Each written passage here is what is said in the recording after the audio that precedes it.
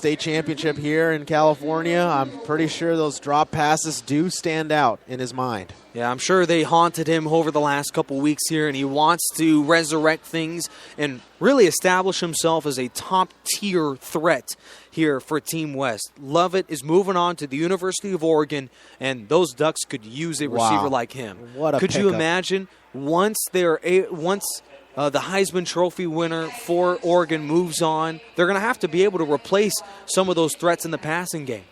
And how about the combination of Travis Waller to Malik Lovett? Wouldn't that be something special? Travis Waller, quarterback from Servite High School. He's been quite the player, too. Yeah, so with Marcus Mariota going into the NFL draft after winning his Heisman Trophy and possibly a national championship, Travis Waller will most likely not replace, but be able to compete for the Oregon job up at Oregon.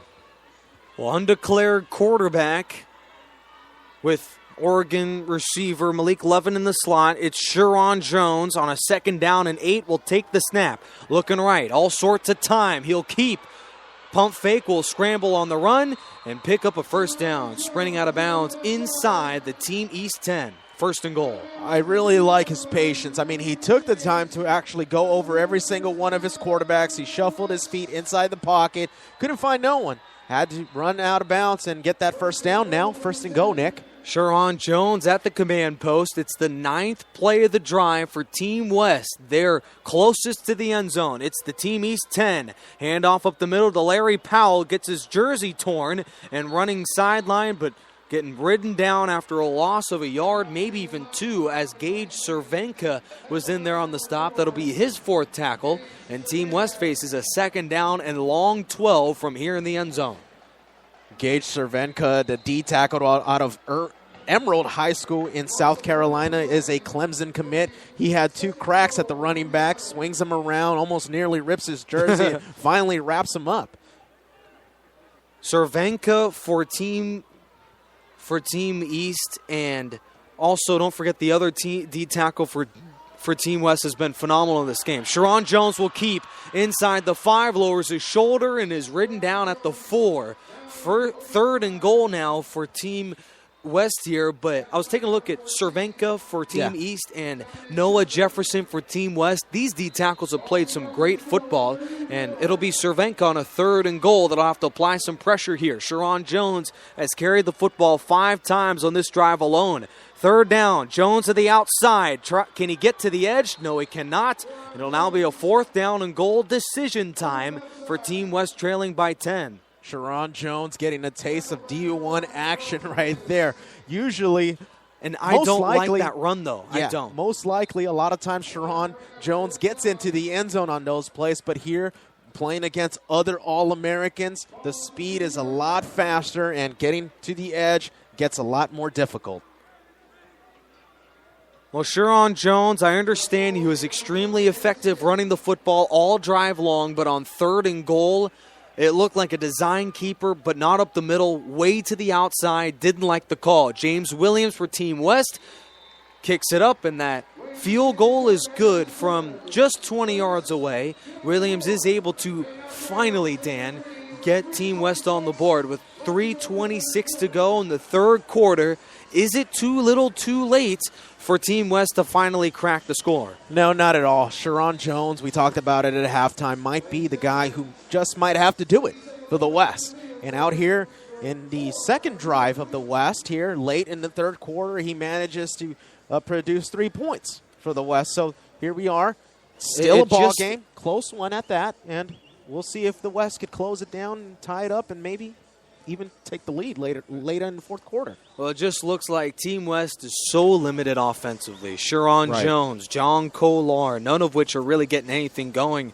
And you add the other quarterback, that's Brian Lewerke, into the mix, and all 3 of the guys have just been a day late and a dollar short, if you will. And this team has been able to play relatively solid football on their own end, but it just offensively looks so one-dimensional for these guys, and that's really why they trail. It really does, but if it weren't for Sharon Jones and Malik Lovett, you and I, Nick, we're West Coast guys. We're Southern California born, and so... That's why we're wearing a jacket in 70-degree weather. That too. But about the West, it's good to see that Malik Lovett, a SoCal guy, is emerging as the top wide receiver, at least, for the West white team. Maybe it's 60 degrees. I think you're being nice now. We're wearing double jackets. It, for the first time in 10 years, snowed here in Southern California in my area, in Murrieta. And just, you look at what to kind of transition. I don't even know how this transitions, but to look at what Team East has to do here, following that fumble in the end zone, how do you still get your guys ready to go following a turnover that turns into an 80 or a 76-yard scoring drive the other way? Look, you have to make up for the mistake, and that's the mentality you have to bring onto the football field. And East coach Rich Hansen is telling these guys, we got to get one back. We had 6 points on the board if it weren't for a fumble. So, hey, it's time to make amends and make things right for your mistake. That was a 10-point turnaround, and all of these plays have really changed the complexion of this football game. I'll take you back to the first half where Team West, trailing by 3, had themselves a third down, and it was, I believe, Brian Lewerke who was stripped and sacked at the same time, of course, and it was picked up and returned, but not before the referees blew it an incomplete pass. We looked at the instant replay. Team East should have had a scoop and score. Yeah. Now you move on to early on in the third quarter. East has a long drive, but your receiver nearly is down by contact, yet fumbles the football into the end zone. That's a 10-point swing in favor of the West again. And now if you're Team East, you're thinking we should be winning this thing, and we should be able to blow Team West out in the final 15 minutes. And that's the mentality you've got to have. You're the superior team. Let's go out there and prove it. I mean, we should have been up 16-0, and now more. And the only reason the West is still in it is because of mistakes by your own cause. Beating themselves. A return from the 15-yard line out across the 30 and taken down at the 32-yard line. That was Tristan Payton on the return. He had the receiving touchdown in the first half. Another grab later on in the quarter. And all of a sudden here, this is a man who committed to USC and is looking like the could be, but not a for sure, could be MVP in this football game. He just might be with that touchdown grab and might seal the deal.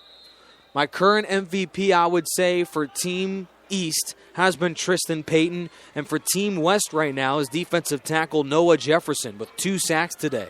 Has been a viable portion of that Team West run defense. 1st and 10, delay handoff to Larry Scott. Will try everything he can to get back to the line and may have gotten there, but that's about all. It's a run for no gain. Tackle made for Team West by one more time, linebacker Richard Moore. And so the East decides to change up their quarterback, and it's now Kyle Shermer, Vanderbilt commit. Now Kyle Shermer's had quite the second half already. Shotgun snap to Shermer. Fires to the near side. Caught. That's going to be the first grab today. Out to the near side by Shadell Bell. And the gain will be about 7. We do have a man down on the field. So finally a nicely run route by a wide receiver by the West, and it's Shadell Bell, a Clemson commit. Clemson is also doing pretty well here as far as commits. They have 4 players playing in here in this Semper Fi All-American Bowl.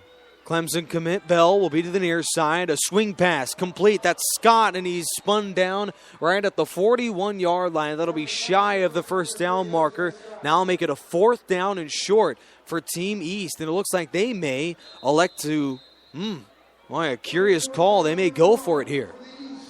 I like the aggressiveness, and I like the playmaking ability of L.J. Scott, a Michigan State commit, making that one-handed grab, a spin move, and almost gets the first down, making this 4th down very manageable, Nick. Scott will flank the quarterback, and he'll get the call to the outside. Breaks out of a tackle, spins, churns, and will get the first down. Reaching ahead to the 43-yard line. He needed a foot, and L.J. Scott has got a yard. 1st down and 10. And he makes it look so fancy, throwing out another spin move, Nick, to get that first down. L.J. Scott could not be denied one more time. He's averaging 5 yards a pop here, and those runs that looked pretty effective in the first half are looking a whole lot better now. Shermer hesitates, floats it over the middle. It's caught. That'll be one more time. That's Travion Samuel, had the fumble in the end zone last time, is able to run ahead for a gain of 2. So Travion Samuel has a lot more yardage and a lot more catches to make before he makes up for that fumble in the end zone. So it's good to see him getting still. At least getting a little more involved. Exactly. Shadell Bell with his lone catch today. He's lined up to the near side as a 3-wide set. Taking the snap is Shermer, looking his way. It's a pump fake, double move, and a nice catch made by Shadell Bell, able to climb the ladder for a pitch and catch of 25. Move the chains. So Shermer's using his pump fake, and then he guns it down to Shadell, and Shadell with a two-handed jump-in grab. Well, he's the right tallest, down the sideline. He's the tallest receiver of both ball clubs at 6'5", a $190, and he's able to leap forward and get that first down. It's a gain of 25. Shotgun snap to Shermer, checks it down underneath to his backup running back Eric Swinney, and it's dropped by the halfback. Make it 2nd and 10. It was Micah Dew Treadway who got in the way of the quarterback, disrupting the pass right there. Team West has already racked up 3 sacks in the football game, and that's been one of the lone bright spots in what has otherwise been a somewhat dull defensive performance here for Team West. It's a 10-3 East lead. A deep drop, a screen pass is set up, but Shermer doesn't like it and throws it to the feet of his intended target, Swinney. Now I'll make it 3rd and 10. No fooling that Team West defense here on a 2nd down. I want you to take a look at Bryce English, 305 pounds. He disrupted. He read the screen pass to the running back. You got to go to a special store to get a shirt of that size. Of all the players on defense, you know exactly who Bryce English is. His jersey's about to blow up right there. Absolutely. 3rd down and 10. A low snap. Shermer's got it. Looking long. Hangs it over the middle, and it's dropped. That would have been a 1st and goal if Levain Alston was able to hang on to the football, and they'll make it 4th down. For my apologies, that was Nyheim Hines who dropped the pass. Hines is just a little bit too short right there. He's a halfback converted slot receiver, and you see the halfback hands, if you will, but on 4th down, no surprise, it's Team East in no man's land that's going to go for it. We see Hines being affected by the 5'9" frame he has. Maybe if he was 6'1", he could have had that first down. Timeout will be called by Team East. I believe that is their final charge timeout. Interesting. Yes, that is their final timeout, and we're not even out of the 3rd quarter. 22 seconds to go. Team East traveled from their own 20 down to the visiting 35. And on 4th down and 10, Team East is looking like they're going to go for it here. Yeah, Team East right now is pretty much very concerned, and that's because of all the mistakes they have done. It's gotten to the point where all the mistakes have accumulated, and now they threaten the East lead. The West now is in prime position to tie up the ball game and possibly change momentum onto their side and take control of this ball game, Nick. Well, hold your horses. First, you got to make the stop on 4th down and 10. I know it's easy to make an offensive call, if you will, but what is the play call on the defensive side? You don't want to risk too much here on a 4th down and 10. Well, you've got to be able to do it with the 4-man fronts because the blitzing is not allowed. That's one of the things that has been taken away from the defense. Like the offense, certain things have been taken away because it is an all-star game. You don't want to see injuries. But if I'm the West, I want to see penetration from my big boys up front. And it all starts with the big boy up front, number 8, Bryce English, 6 feet, 300 pounds. I got to see him get in the way of that quarterback here. He'll be on the rush. It's a 4-man blitz this time. Shermer cannot evade a sack. It's not Bryce English to bring down the quarterback, but defensive end Charles Omenihu, who on 4th down, he's moving on to the University of Texas, Dan. He makes the 4th sack of Team West today, and it's a big one. It'll be a 4-and-out for Team East. And it's very impressive how the West did it right there. Only a 4-man front. I mean, we're not seeing a defensive strategy which is going to confuse a quarterback. It's only sheer power and athleticism that the West is using. So great play there, now in perfect position to hopefully tie this ball game up. It's been a revolving